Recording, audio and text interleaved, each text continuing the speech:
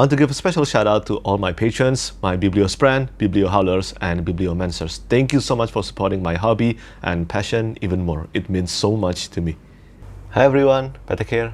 Today's video will be something a bit similar to what many booktubers posted last month in December. So last month in December, many booktubers posted something like asking 12 booktubers for a book recommendation to read in 2023. One book each, one book from each booktuber. And plenty of booktubers last year also asked me for recommendation, and I'm truly glad for that. So today's video will be something similar to that, but this will be specifically for self-published fantasy books. So today's video will be about 12 self-published fantasy books that I want to read and review on this channel, all of them recommended by booktubers. Obviously, I still have so many self-published fantasy books and series that I want to read beyond the books that I'm going to mention on today's video. But the main purpose of this video is not only to showcase the self-published fantasy books that I want to read thanks to these booktubers, but also to say thank you to these booktubers for giving a chance to self-publish fantasy books, because even though so many of them are amazing, many of them still require exposure, and it is thanks to these booktubers that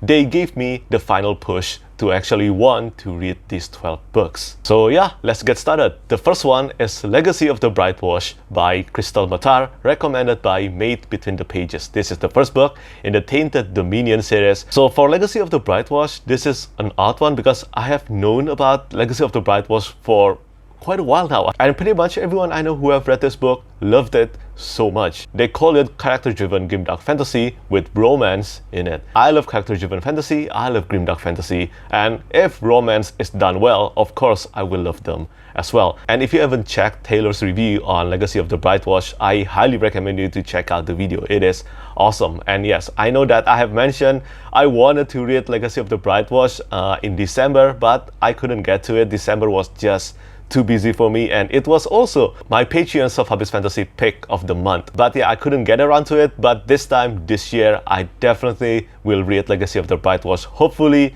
in February next month. And then the second book on the list is The Purple Prince by Sebastien Menkes. This is the first book in the River Dream series, and this one is recommended by my friend, the Fantasy Network, or Jimmy. Yeah, Jimmy from the Fantasy Network.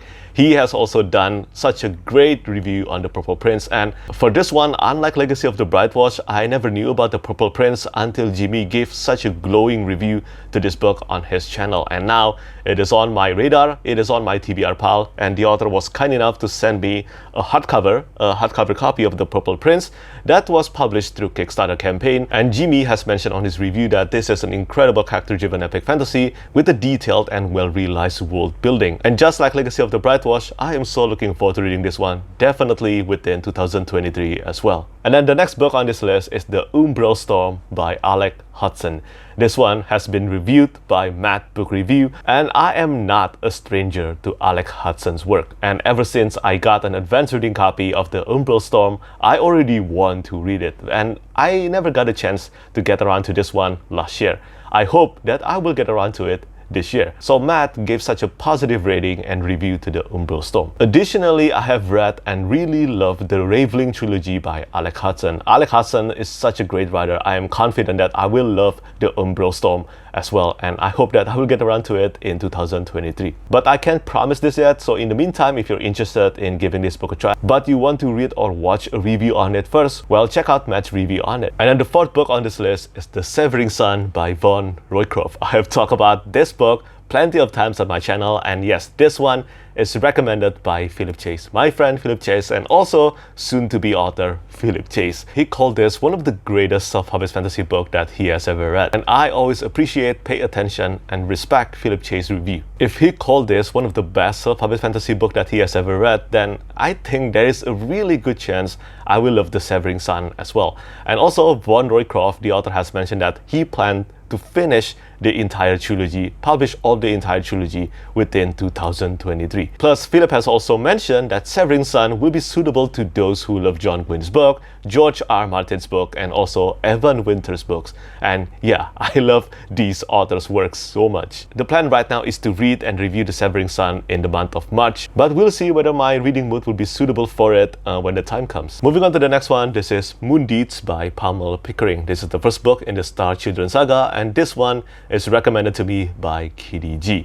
I remember that KDG gave a positive review to Moondeeds. If I'm not mistaken, she actually chose this one to go into SPFBO final last year. Either last year or the previous year, I cannot remember, but I totally remember that she gave this one a positive review, and that's how I also find out about Moondeeds. So for now, 2 books are out in the series. The author Palmer Pickering was kind enough to send me the available 2 books in the series so far, and I look forward to reading this one. I have mentioned in my priority series video that I want to read more sci-fi books this year, and if possible, I want to get around to Moondeeds as well. And then book number 6 on this list, this is Soul Fraud by Andrew Givler. I don't know if many of you know about this, but this one is written by a YouTuber named Sigils, a Minecraft YouTuber with more than 1 million subscribers. So yeah, this is kind of surprising to me that the author actually approached me to read and review his debut novel. And this one has been read and reviewed by Library of a Viking, Johan from Library of a Viking. And yeah, he gave this one a positive review as well.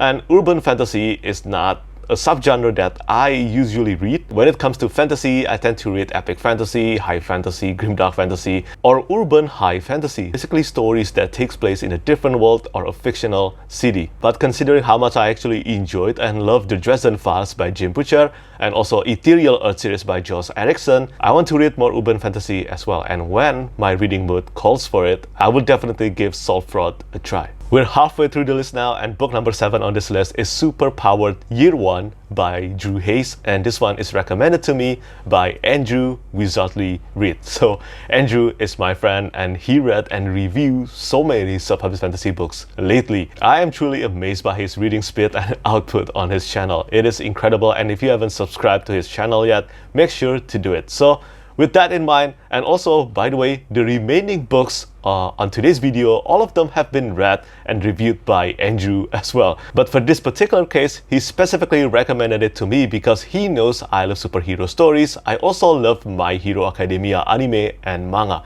And that's all I need to hear, really. I really love My Hero Academia, and relatively, I don't think there is a lot of epic fantasy focusing on superheroes. So yeah, Andrew highly recommended this one to me, and I want to read it, and hopefully I will love it as much as he did. Book number 8 on this list is Memories of Blood and Shadow by Aaron Jones. I first stumbled upon the cover art for Memories of Blood and Shadow on Twitter, but I never looked into it further until I actually checked out a review of the book posted by Kay's Hidden Shelf. And after hearing that this one supposedly used a framing narrative just like Kingkiller Chronicle by Patrick Rothfuss and also Bloodsong by Anthony Ryan, well, that's pretty much all I need to hear. I love framing narrative. I don't think there is enough epic fantasy novels using framing narrative in the market right now. Not the one that are popular anyway. I also heard that Memories of Blood and Shadow will work amazingly as a one-off standalone novel, but because of the demand and positive reviews and ratings toward the book, it has now become a duology. And you know, Andrew has actually read and reviewed this one. He called this one a grimdark Kingkiller Chronicle.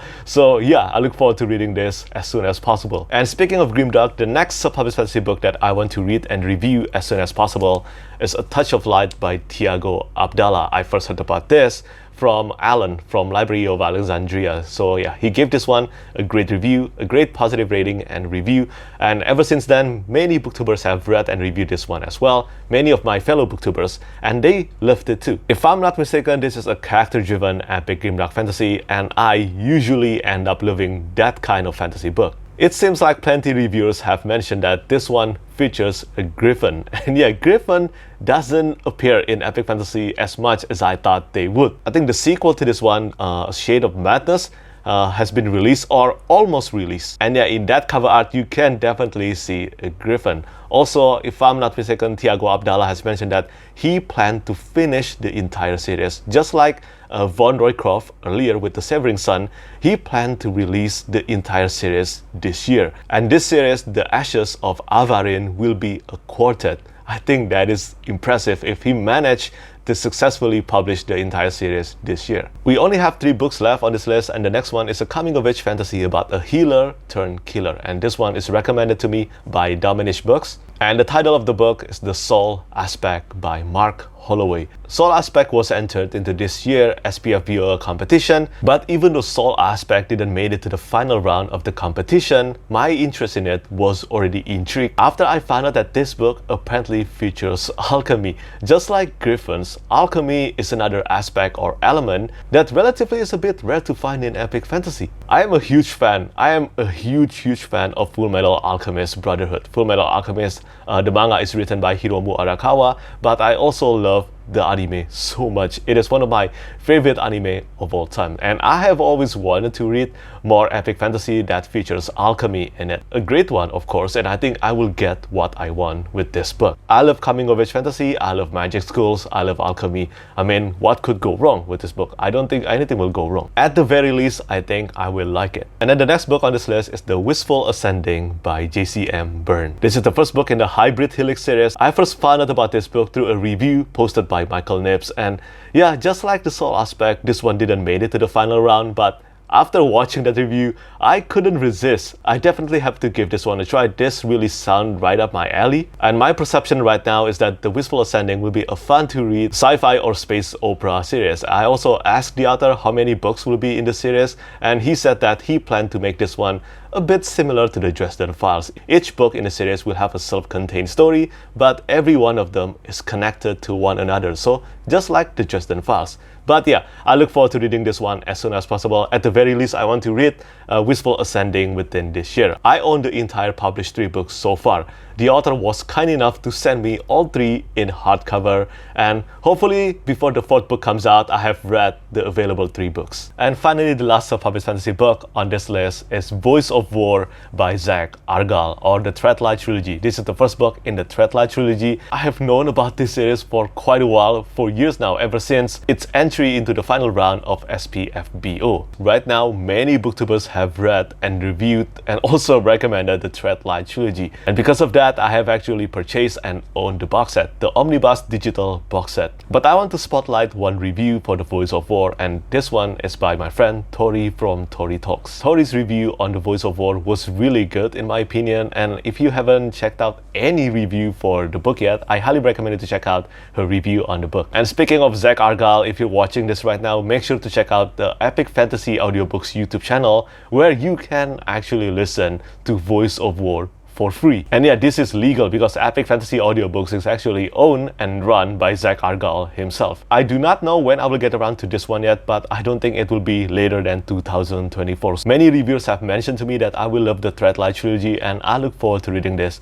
as soon as possible. So yeah, this is the end of today's video. Those are 12 priority self-published fantasy books that I want to read and review as soon as possible, and all of these are recommended by fellow booktubers. And again, it goes without saying that I still have so many priority self-published fantasy books and series that I want to read that are not mentioned on today's video. But for today's video, these are 12 self-published fantasy books positively reviewed by fellow booktubers, and the result, these books might end up being read and reviewed by me sooner than later. And I want to say thank you so much to all self-published fantasy authors who keep sending me books to read and review, and also I want to say thank you to these booktubers who have given their time to read and review self-published fantasy books, because yes, there are so many amazing self-published fantasy books, just like the one I reviewed last week, 11th Cycle by Kian Ardalan. There are so many incredible self-published fantasy books, and my reading journey would be less colorful without their existence. So yeah, that's the end of today's video. Do let me know whether you have read any of these books or not, and if you have read them, let me know your thoughts on them, and also make sure to check out these Booktubers channel. As always, thank you so much for watching, and thank you for your support.